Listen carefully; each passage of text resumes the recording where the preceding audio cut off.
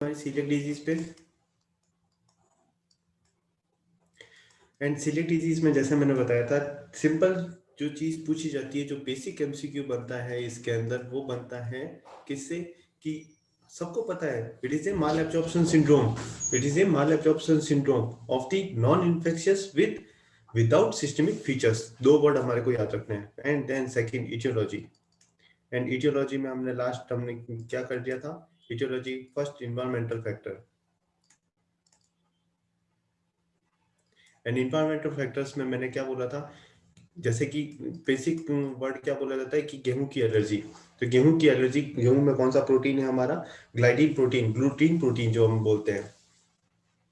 And gluten protein किस में present मिलता है? तो जैसे कि मैंने बोला था, व्हीट, बार्ले, रे, ओट्स। सिंपल ट्रिक है। और इससे हमारा थर्ड एमसीक्यू बनता है सीलियक डिजीज का। थर्ड एमसीक्यू बनता है हमारा ग्लूटीन प्रोटीन के किस किस में प्रेजेंट मिलता है। ऑल एक्सेप्ट करके क्वेश्चन आएगा तो व्हीट, बार्ले, रे, ओट्स हमारे को पता होने चाहिए ही चाहिए। ओके। देन एनवायरमेंटल फैक्टर्स के बाद में सेकंड है हमारा, ऑडियो नहीं है सर। सर आवाज नहीं आ रही है।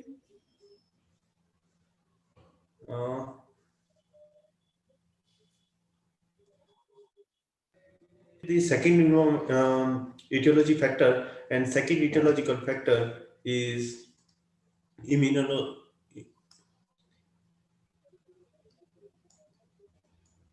सर आवाज बिल्कुल भी नहीं है।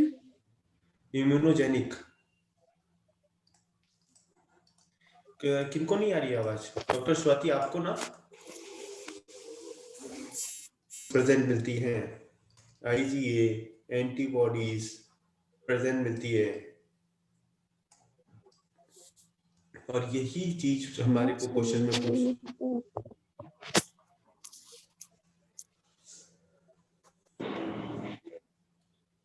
IgA antibodies. Okay, IgA antibodies means the anti-endomysial antibodies has specificity and sensitivity with 90 to 95%. 90 to 95% specificity and sensitivity of anti-endomysial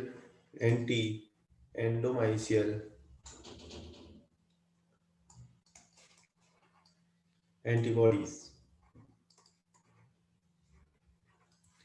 तो हमारे को अगर किसी भी तरीके से क्वेश्चन पूछा जाता है, ऑप्शंस में एंटी एंटीमाइसियल एंटीबॉडीज प्रेजेंट मिल रहा है तो हमारे को टिक करना है एंटी एंटीमाइसियल एंटीबॉडीज।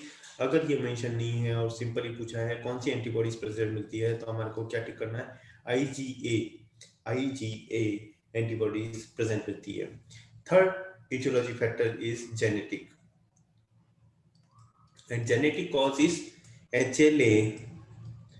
हर एक का HLA पता होना चाहिए। जैसे कि अगर हम रूमेटॉइड की बात करें या किसी की भी बात करें तो HLA पता होना चाहिए। तो इसमें अंदर HLA कौन सा है? OQ2LE। OQ2LE। कुछ चीजें हमारे को याद रखनी ही पड़ेंगी, ठीक है।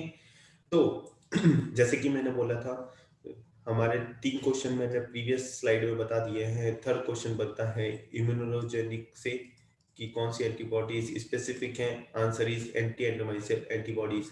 एंड फोर्थ क्वेश्चन बनता है हमारा HLA OQ2 से कि कौन सा HLA एसोसिएटेड रहता है सीलियक डिजीज में। तो हमारे को क्या पता होना चाहिए? OQ2LE के साथ में एसोसिएट रहता है हमारा कौन सा? Celiac disease. कोई कंफ्यूजन नहीं? अभी वॉइस क्लियर है? कोई दिक्कत नहीं आ रही है?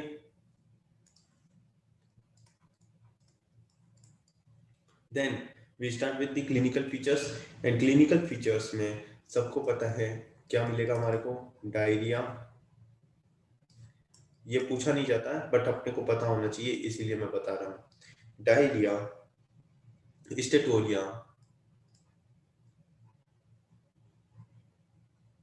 Wait loss.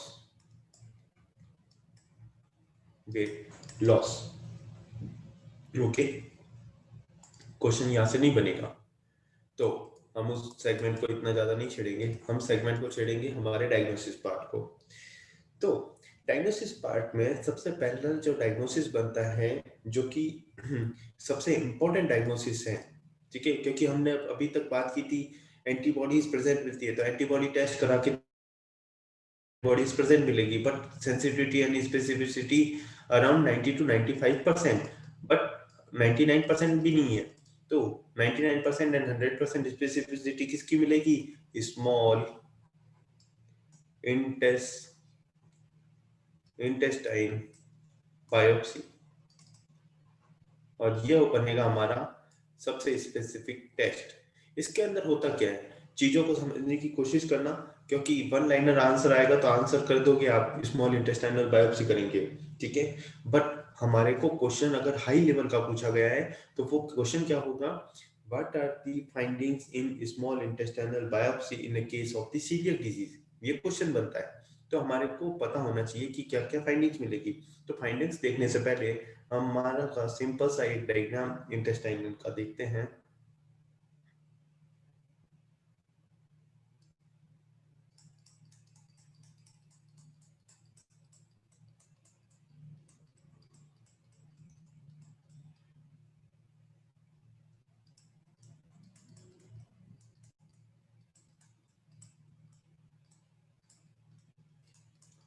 ओके, तो आप सबको पता है ये क्या चीज है?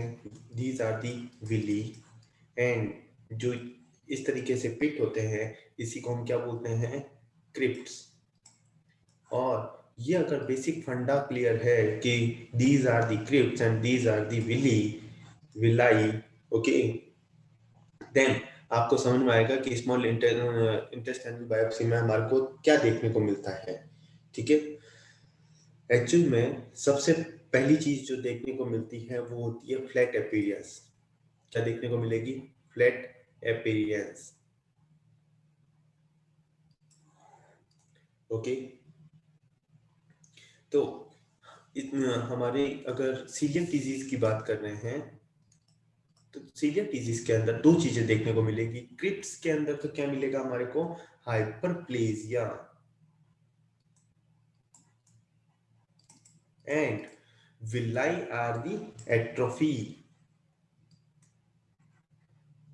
विलाई में क्या मिलेगा? एट्रोफी। एंड क्रिप्स में क्या मिलेगा? Hyperplasia, okay. तो इसके अलावा किसी भी तरीके की कोई भी लाइन लिखी हुई आए तो वो सारी चीजें नहीं मिलेगी। तो हमारे को पहली क्या चीज मिली? Crypts hyperplasia, second is the villus atrophy. And question हमेशा पूछा जाता है, this is not present in all except करके क्वेश्चन पूछा जाएगा किसी डिजीज की कौन सी फाइंडिंग नहीं है, सॉरी। तो वहां पे क्या मिलेगा? वहां पे हमेशा ऑप्शन दिया जाएगा म्यूकोजल एट्रोफी, म्यूकोजल एट्रोफी। जैसे कि आपने मेरे डायग्राम को देखा होगा, तो डायग्राम में आपने क्या देखा? विलाई की एट्रोफी बताई थी मैंने, नॉट म्यूकोजल एट्रोफी। तो म्यूकोजल एट्रोफी लिखकर इस तरीके से बिग क्रॉस लगा देना कि अगर इस तरीके का क्वेश्चन आता है तो हमारे को वहां पे सर्च करना है कि ऑप्शन में कहीं म्यूकोजल एट्रोफी तो नहीं दे रखी है। तो म्यूकोजल एट्रोफी प्रेजेंट है, मतलब वो ऑल एक्सेप्ट का क्वेश्चन बना रहा है, और वहां पे म्यूकोजल एट्रोफी से हमारे को कंफ्यूज कर रहा है। तो जो ऑल एक्सेप्ट का आंसर बनेगा वो आंसर क्या रहेगा? Mucosal atrophy. तो क्योंकि हमारे को पता है सीरियल डिजीज में विलाई एट्रोफी मिलेगी, क्रिप्स हाइपरप्लेजिया मिलेगा, एंड थर्ड थिंग क्या मिलेगी? थर्ड थिंग मिलती है वो रहती है increase increase lymphocyte increase lymphocyte and plasma cell.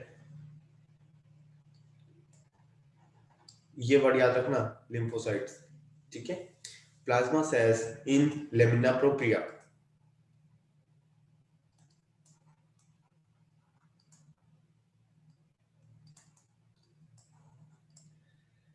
lymphocyte and plasma cells in the lamina propria, okay. Then ये पहला इन्वेस्टिगेशन आपको कोई समझने में कोई प्रॉब्लम हुआ? यस और नो? आई थिंक नो, आपको सारी चीजें समझ में आ गई है। तब हम सेकंड इन्वेस्टिगेशन फर्स्ट डायग्नोसिस हमने क्या बोला था, जो मैंने फर्स्ट बोलता हूँ मतलब कि वो मोस्ट स्पेसिफिक है। एंड सेकंड स्पेसिफिक क्यों बना, क्योंकि यहाँ पे 90 to 95% स्पेसिफिसिटी है, और वो किसकी है, anti endomysial antibody, anti endomysial antibodies, anti endomysial antibodies. Okay, किसी तरीके का कोई कंफ्यूजन नहीं। अब लिखो यहाँ पे नोट, कुछ क्वेश्चंस मिलते हैं इस नोट में से, जो कि मैं हमेशा लिखाता हूँ आपको, ठीक है। इसको एक बॉक्स में डालो। Celiac disease is associated disease, associated disease with the celiac disease. First disease is the dermatitis herpetiformis.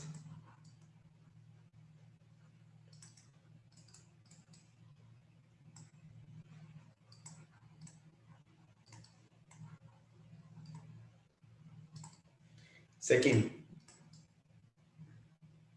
diabetes type 1, और इसमें से क्वेश्चन पूछा जाएगा ऑल एक्सेप्ट करके, तो हमारे को तीनों कंडीशंस पता होनी चाहिए। And third one is the IgA deficiency.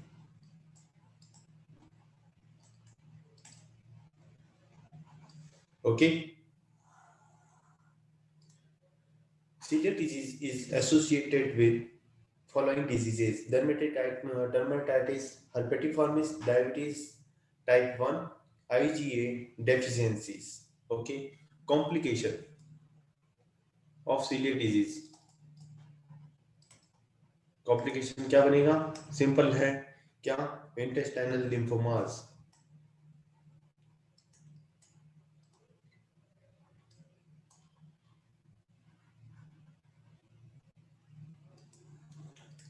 Intestinal lymphomas. Okay, एक क्वेश्चन और एक नोट यहाँ पे लिखा, सेकंड नोट में नेक्स्ट पेज पे बना रहा हूं। नोट, सीलियक डिजीज से किस तरीके से, एक तो एसोसिएटेड डिजीज पूछी जाती है, इसी तरीके से एक box, what are the vitamin deficiency seen in the celiac disease. Question कैसे पूछा जाएगा आपको, vitamin deficiencies seen in celiac disease patient, celiac patient। कौन कौन से हैं हमारे को पता होने चाहिए, विटामिन ए, विटामिन डी। अगर ऑप्शन में है ए एंड डी, तो उसमें से सबसे पहले टिक किसको करेंगे, ए को। सेकंड ऑप्शन है डी को, तो डी को। Then folic acid. और अगर ए एंड डी दोनों ही नहीं है तो किसको टिक करेंगे, डेफिनेटली फॉलिक एसिड को। तो तीन विटामिन डेफिशिएंसी हमारे को सिलेक्ट पेशेंट में देखने को मिलती है, और वो कौन कौन से हैं vitamin, vitamin A, vitamin D and folic acid. इसी तरीके से एक पीपीटी है मेरे पास में, वो आपको शो करने की कोशिश करता हूँ।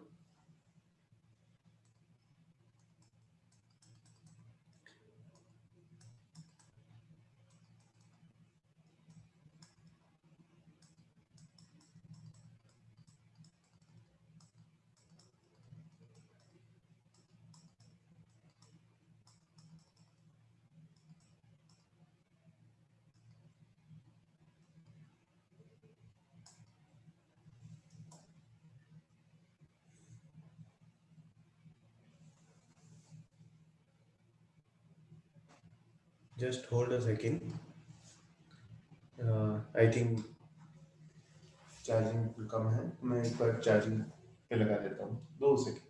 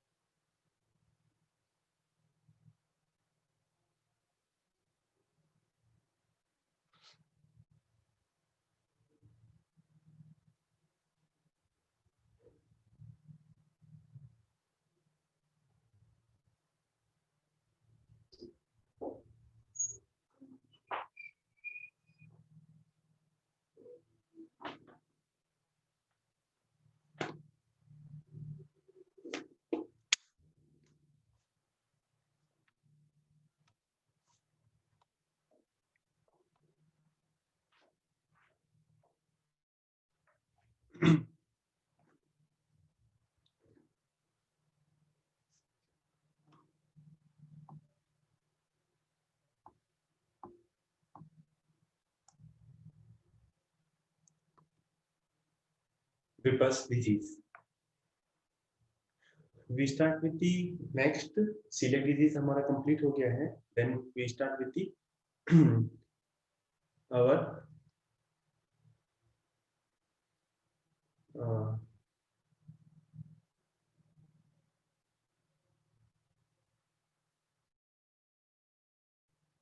विपर्स डिजीज. विपर्स डिजीज मींस जैसे कि मैंने बोला सीलियक डिजीज का जस्ट अपोजिट रहेगा विपर्स डिजीज, जहां पे सीलियक डिजीज में हमने देखा कि माल एब्जॉर्प्शन सिंड्रोम दोनों ही है, बट डिफरेंट पॉइंट कौन से हैं? क्या सीलियक डिजीज नॉन इन्फेक्शियस है, विपर्स डिजीज हमारी इन्फेक्शियस डिजीज है. जहां हमारी सीलियक डिजीज सिस्टमिक फीचर्स के साथ में नहीं थी, तो यहाँ पे malabsorption syndrome with systemic features with infectious aetiology, तो जस्ट अपोजिट हुआ ना. तो यहाँ पे इन्फेक्शियस इटियोलॉजी मींस कौन से इन्फेक्शन है, और इसी इन्फेक्शन से हमारा पहला क्वेश्चन बनता है विपर्स डिजीज का. It is a gram negative actinomycetes. Name of the actinomycetes is Tropheryma whipplei, and इस से हमारा विपर्स डिजीज का क्वेश्चन बनता है. इससे बाद कभी कोई क्वेश्चन आता नहीं है. ठीक है, पहला क्वेश्चन बनता है कि ये किसका इन्फेक्शन होता है, तो ऑप्शन हो सकता है ग्राम नेगेटिव एक्टिनोमाइसिटीज, और अगर ये ऑप्शन में नहीं है तो ऑप्शन क्या मिलेगा अपने को? ट्रोफेरिमा विपिली. तो ट्रोफेरिमा विपिली है, तो आंसर करेंगे हम ट्रोफेरिमा विपिली. और अगर ऑप्शंस में दिया हुआ है ग्राम नेगेटिव एक्टिनोमाइसिटीज, हमारा आंसर जाएगा ट्रोफेरिमा एक्टिनोमाइसिटीज. देन नेक्स्ट हमारा हॉलमार्क ऑफ द डिजीज क्या है? Hallmark of the disease is the small intestinal mucosa. Please mute yourself. Please mute yourself. Sir screen change नहीं हो रही है. जी, स्क्रीन चेंज नहीं हो रही है. स्क्रीन सीन नहीं हो रही है. चेंज नहीं हो रही. विटामिन डिफिशिएंसी वाला ये है, उसके बाद वाला चेंज नहीं हो रहा है. Okay, just a second.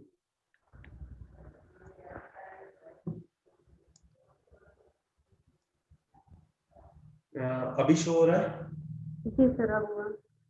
Okay okay okay, thank you. यहाँ पे मैंने बात कर रहा था विपर्स डिजीज की. Malabsorption syndrome with systemic features with infectious etiology, just opposite to the celiac disease, and gram negative actinomycetes Treponema vipili.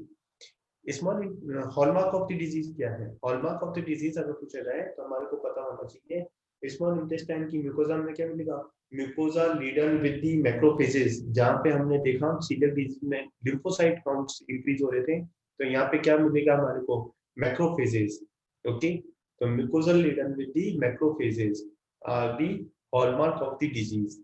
Okay, next clinical features of the Whipple's disease. जहां पे विपर्स disease में मैंने बात की थी कि यहाँ पे सिस्टमिक फीचर्स देखने को मिलेगा, तो डेफिनेटली यहाँ पे सिस्टमिक फीचर्स, जो कि मैं हमेशा बोलता हूँ सिस्टमिक फीचर्स आप सबको पता होते हैं. Fever, arthralgia, nausea, vomiting, lymphadenopathy.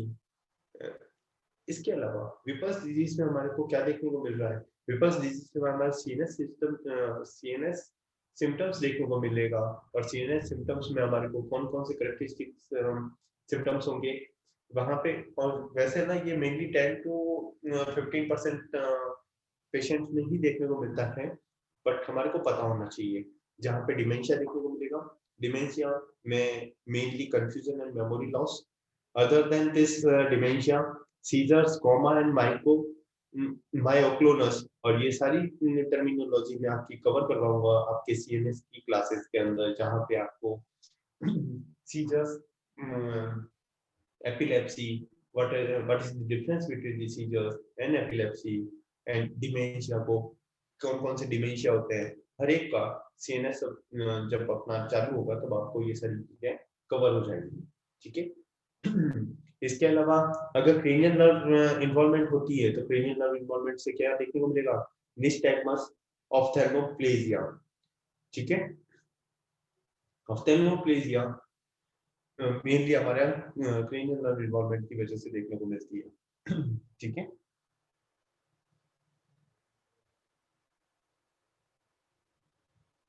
Okay, next intestinal angina. Intestinal angina by word आपको समझ में आ रहा होगा, क्योंकि ये चीजों से इतने क्वेश्चन बनते नहीं है, ठीक है। तो जहां से क्वेश्चन बनेगा जीआईटी का मैं डेफिनेटली बताऊंगा यहाँ से क्वेश्चन बनेगा, और जहां से नहीं बनेगा तो मैं डेफिनेटली बोलूंगा यहाँ से क्वेश्चन नहीं बनता है। इंटेस्टाइनल एंजाइना बाय वर्ड आपको समझ में आ रहा है कि एंजाइना है, मींस हम जब कार्डियक एंजाइना की बात करते हैं तो वहां पे भी हम क्या बोलते हैं,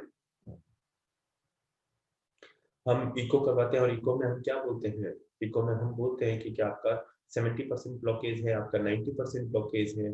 तो वो ब्लॉकेज किसके लिए है, जो कार्डियक मसल्स को सप्लाई करने वाली आर्टरीज का ही तो देखते हैं कि हाँ उसके अंदर कोरोनरी आर्टरीज के अंदर ब्लॉकेज है। इसी तरीके से हमारी जो बाउल है, तो बाउल को जो सप्लाई करने वाली जो ब्लड वेसल्स हैं, जो कि हम एनाटॉमी पार्ट में कंप्लीट करेंगे आपका, तो मेन फंडा यहाँ पे ये है कि उसी तरीके से हमारी इंटेस्टाइनल पार्ट को सप्लाई करने वाली आर्टरीज के अंदर ब्लॉकेज होता है, उसकी वजह से इंटेस्टाइन को जो ब्लड सप्लाई मिलनी चाहिए वो प्रॉपर वे में नहीं मिलती है। तो वो अगर नहीं मिलेगी तो उसी को हम क्या बोलते हैं, इंटेस्टाइनल एंजाइना। तो यहाँ पे इस एंजाइना क्यों डेवलप हुआ, due to the chronic mesenteric ischaemia, chronic mesenteric ischaemia reduce the blood flow to the mesentery, intestinal hypoperfusion and main three arteries जहाँ पे हमारे को देखने को मिलता है, जैसे कि हम एलएडी की बात करते हैं, ठीक है। उसी तरीके से यहाँ पे हमारी बात आएगी superior mesenteric artery, celiac artery and inferior mesenteric arteries की, ओके।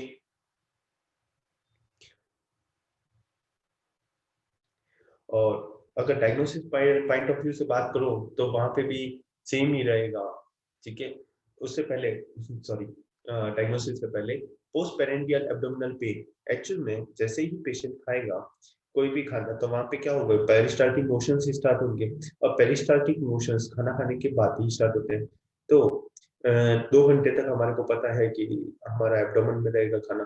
तो यहाँ पे पोस्ट पेरेंडियल एब्डोमिनल पेन कब स्टार्ट होता है, जो इसका टाइम पीरियड है वो करेक्टरिस्टिकली शो करेगा कि हाँ माइंड में क्लिक करेगा कि यहाँ पे इंटेस्टाइनल एंजाइना हो सकता है। करेक्टरिस्टिक पेन टाइम क्या है, पोस्ट पेरेंटली खाना खाने के आधे घंटे बाद में पेन स्टार्ट होता है, जो कि रहता है 1 से 2 घंटे तक।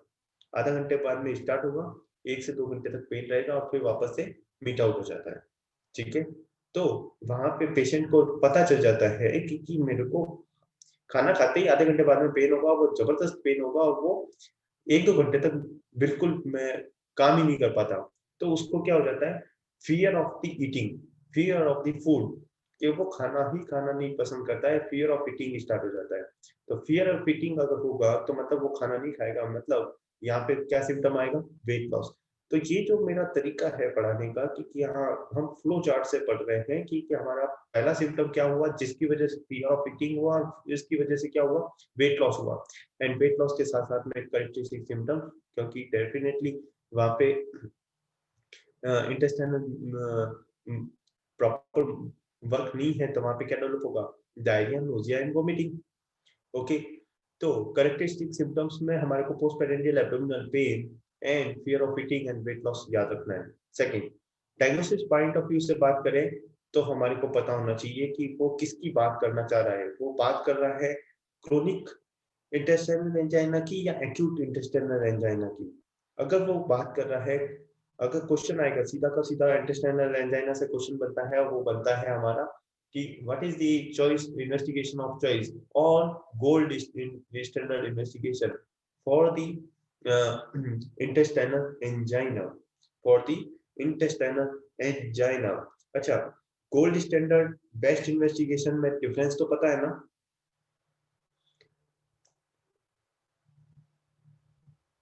या कोई कंफ्यूजन है?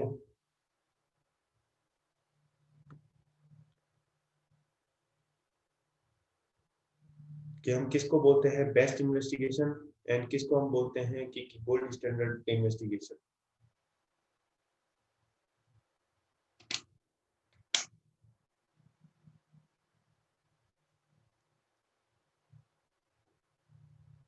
Just a second.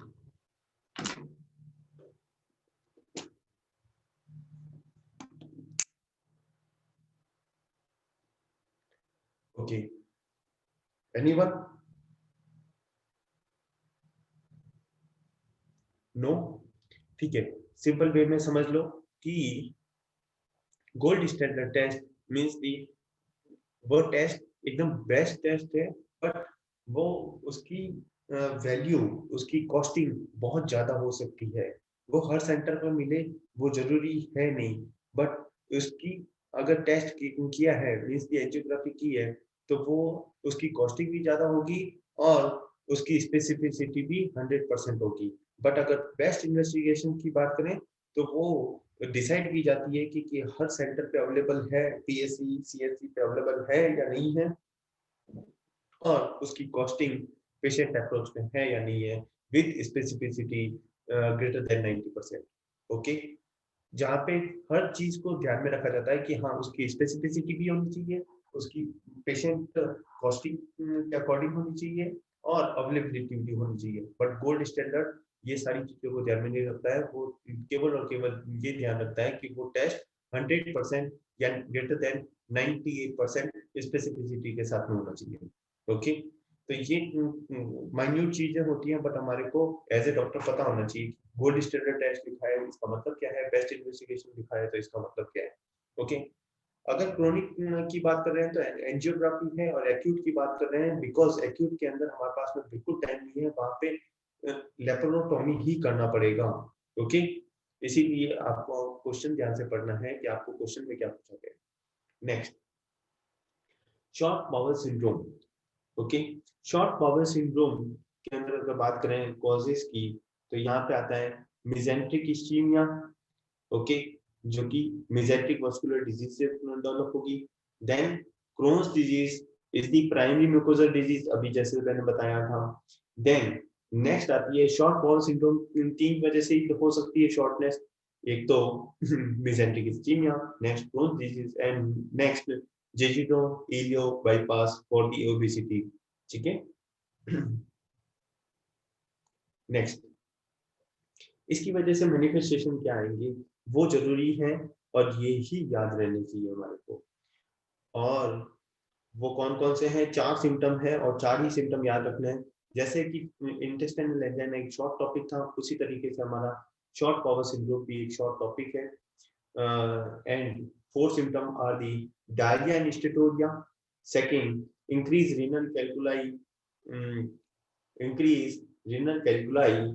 Third, increase gallstone. And fourth one is the gastric hypersecretion of the acid. तो हमारे को पता होना चाहिए शॉर्ट बाउल सिंड्रोम में गैस्ट्रिक हाइपरसिक्रेशन होता है, एसिडिटी बनेगी बनेगी. और ये क्यों बनती है, due to the gastrin, and gastrin secreted by the pancreas. Okay,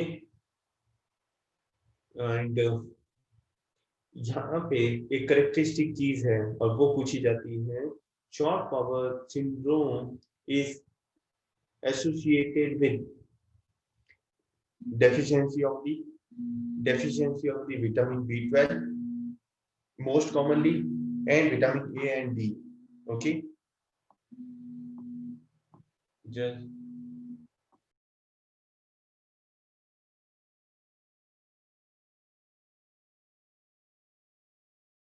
there's 5 minutes left on the session.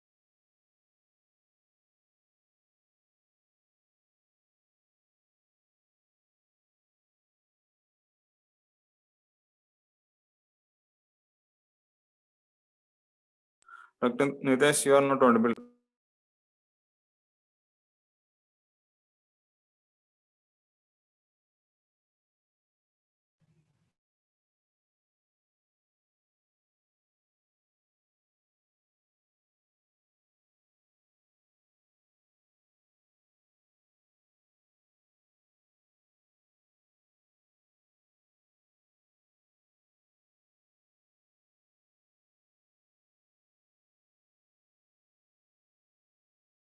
और वो बनता है हमारा कौन सा, IBD, inflammatory bowel disease. Inflammatory bowel disease के अंदर 2 डिजीजेस होती हैं, और वो कौन कौन सी है, Krones disease and ulcerative colitis. और ये चीज समझ लो कि अगर जीआईटी से क्वेश्चन आ रहा है तो आपका इस चार्ट से क्वेश्चन पक्का है, ठीक है। तो ये 2 पेज का चार्ट है आपके पास में, ये 2 पेज का चार्ट है, तो इन दोनों पेज को आपको अच्छे से लर्न करना है। ये वैसे मैं सारी आपको स्टडी मटेरियल में दे दूंगा, अभी आप केवल समझने का काम कीजिए कि एक बेसिक फंडा माइंड में रखिए। Hello, 3 minutes to end the session. okay. After 3 minutes we join immediately. Okay, एक बेसिक फंडा याद रखें कि बेसिक फंडा ये है, अल्सरेटिव कोलाइटिस की अगर बात करते हैं और क्रोन्स की अगर बात करते हैं, तो क्रोन्स में क्या मिलेगा हमारे को, स्किप एरियाज। क्या मिलेगा, स्किप एरियाज। तो मैं बीच में स्किप हो गया कि क्रोन्स डिजीज और अल्सरेटिव कोलाइटिस का बेसिक फंडा क्या रखना है अपने को माइंड में, और वो माइंड में फंडा ये रखना है कि क्रोन्स डिजीज मोर ग्रीवियस, ठीक है, जो कि डीप डिजीज है, और अल्सरेटिव कोलाइटिस एक सुपरफिशियल डिजीज है। एक बेसिक फंडा माइंड में रख लिया, तब हम आगे चल सकते हैं कि यहाँ पे स्किप एरियाज मिलते हैं, और पहला क्वेश्चन ही यहाँ पे बनता है, skip area seen in the Crohn's और अल्सरेटिव, हमारे को पता होना चाहिए क्रोन्स में, एंड कंटिन्यूअस लीजन्स मिलते हैं हमारे को अल्सरेटिव कोलाइटिस में। लोकेशन की बात करें तो क्रोन्स मिलते हैं टर्मिनल इलियम पार्ट में, बट अल्सरेटिव कोलाइटिस की बात करें तो वहां पे मिलेगा रेक्टम, सिग्मोइडल कॉलर में, और ये अपवर्डली स्प्रेड होते हैं। अगर एक्सटेंशन की बात करें, ठीक है, तो यहाँ पे क्रोन्स डिजीज जैसे कि मैंने बोला था मोर ग्रीवियस है, तो entire thickness of the superficial mucosal layer and fibrous and muscular layer को इन्वॉल्व करेगा। बट अल्सरेटिव कोलाइटिस की बात करें, ये सुपरफिशियल डिजीज है, ओनली म्यूकोजल लेयर को ही इन्वॉल्व करेगी। अगर अल्सर्स की बात करें तो यहाँ पे सर्पिंजीनियस डीप फिशर्ड अल्सर्स मिलेंगे, बट यहाँ पे सुपरफिशियल विदाउट फिशर क्यों डेवलप नहीं हुआ, क्योंकि ये सुपरफिशियल अल्सर्स हैं, जबकि यहाँ पे क्या हुआ, डीप फिशर्स प्रेजेंट होंगे। ओके, जहाँ पे फिशर्स हैं तो वहां पे क्या मिलेगा हमारे को, फाइब्रोसिस मिलेगा। तो जहाँ पे फिशर प्रेजेंट मिला मींस क्रोन्स के अंदर मिलता है हमारे को फिशर, और फिशर्स में क्या मिलेगा, फाइब्रोसिस प्रेजेंट मिलेगा। तो क्वेश्चन सीधे पूछा जाता है, फाइब्रोसिस प्रेजेंट इन क्रोन्स और अल्सरेटिव, तो हमारे को पता है फाइब्रोसिस किस में डेवलप होगा, फिशर्स में, और फिशर्स टाइप अल्सर्स किस में होते हैं, क्रोन्स में, क्योंकि क्रोन्स के लिए मैंने क्या बताया था कि एंटायर थिकनेस में इसका एक्सटेंशन होता है। इसी फ्लो चार्ट वाइज ही अपने को सारी चीजें